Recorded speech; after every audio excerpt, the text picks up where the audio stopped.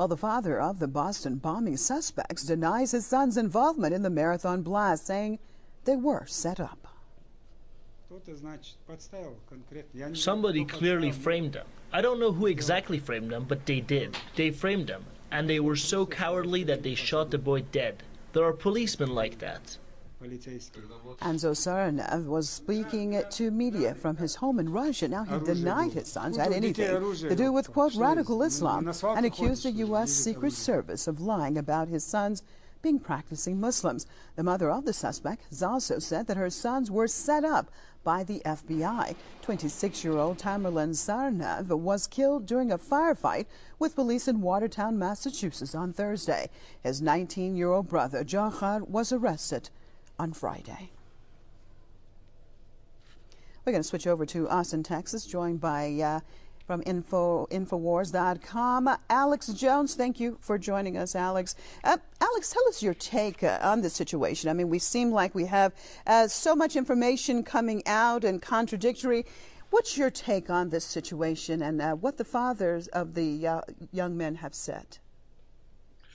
Well, thanks for having me. For someone who doesn't study this, for the general public that doesn't follow false flags or intelligence operations like this, it looks like they got their guys. But when you know what you're looking at, you see all the photos of all the contractors and spies and people watching the two brothers when they come, when they go, all the other people there, they're there with black bags. Okay, Alex, I'm going to have to interrupt you. Alex, we're having some audio difficulties. Hopefully we can get you back on, and definitely would like to talk to you.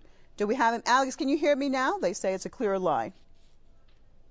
Absolutely. Can you hear me now? Okay, perfect. Go ahead, Alex. Thank you. Sure. No, it's just that if you've studied past intelligence operations and you've seen how Western governments have done this before, this is a classic false flag, a classic self-inflicted wound, staged event. If you look at Oklahoma City in 1995, that was clearly staged. I've investigated that deeply. They had a lot of different patsies and groups there that believed that they were taking part in a drill. And we know that there was a drill at the Boston Marathon and at the end of the Boston Marathon, and there were Defense Department personnel and contractors swarming around with black backpacks, so that in case the police basically saw something suspicious, the bomb wouldn't be stopped. And then I predict that once they showed these patsies' faces a few nights ago, that they would both end up dead. And right now, the other patsy, they say, is in critical condition. So when someone's not trained in this, it's hard to know what really happened. But when well, Alex, let me just jump in here, because we are in the middle of the news bulletin. But what could be possible reasons that the U.S. government would want to do a false flag operation like this with this situation? Well, they want a political diversion from the congressional committee that ruled the day before that George W. Bush and Barack Obama are guilty of war crimes and treason for ordering ongoing torture at torture camps all over the world. That was even in the New York Times.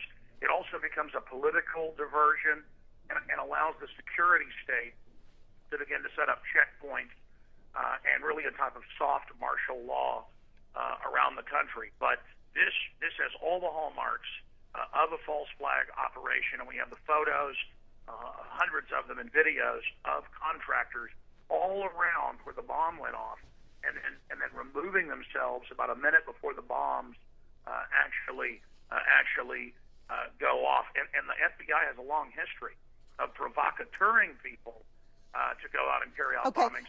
Alex, just real quickly, 30 seconds. Alex, do you think that it's possible that we're going to actually, because we know about various false flag operations that you have mentioned before, do you think that this is something that will actually come out, that the average American in the United States will come to realize or understand that it's a false flag operation?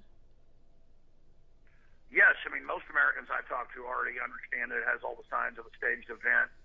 The problem is that the power structure is in control, so no one will be brought to justice, and they will use this to abolish the Bill of Rights and Constitution. They also used it to ram through the Internet censorship bill yesterday. So they're using this for a lot of reasons, and they also use it to take over the city of Boston. Never never before happened. Lock it down under martial law. This is all about a police state power grab. That's why government staged false flags from Hitler to Clinton.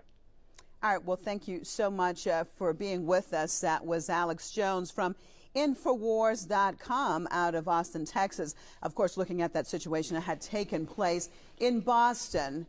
First of all, the bombing at the marathon, and then the capture and killing of those who had been accused, basically saying that they were false flag operations. Of course, we'll be bringing you more on that situation right here at Press TV.